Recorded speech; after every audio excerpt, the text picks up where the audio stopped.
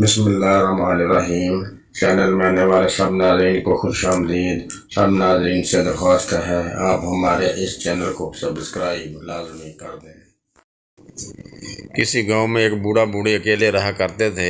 एक रात उनके घर चोर घुस आया। वो दोनों कमरे से सेन में चोर को चलते फिरते देख रहे थे। उन्होंने फैसला किया कि चोर को बातों ही बातों में सबक सिखाया जाए। तो पहले अम्मा बोली, है मैं मर गई, मेरा तो सोने का कंगन इस कनाली के नीचे पड़ा है, ये चोर तो वो ले लेगा। चोर खुश हुआ और जैसे ही कनाली के नीचे हाथ डाला, उधर बिच्छू उसके इंतज़ार में था।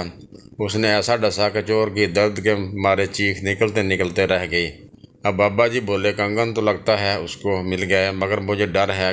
इस कोने में संदूक की चाबियां लटकी पड़ी हैं जिसमें हमारी तमाम जमा पूंजी है। चोर फौरन उधर गया। अंधेरे में उस कोने को टटोला तो उधर भेड़ों का छत्ता था। जब भेड़ चमड़े तो उन्होंने खूब हाल चाल पूछा। अब अम्मा बूढ़ी बोली, लगता है बेचारे को भेड़ों ने काट लिया। जाओ जाकर कुंडे में जो दवाई पड़ी है उसको दे दो, आज ही पीसी थी। बाबा जी कहने लगे, ना जी ना, मैं नहीं जाता। इधर चोर ने खुद ही कुंडे में हाथ डालकर मरहम लगा ली, जो असल में पीसी हुई मिर्चें थीं।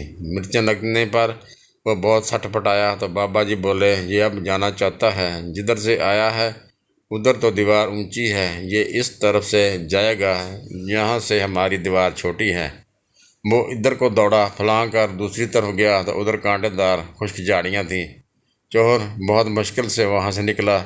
दोबारा दीवार फलांग कर अंदर गया तो बाबा जी बोले, लगता है कुछ भूल गया है, फिर आया है।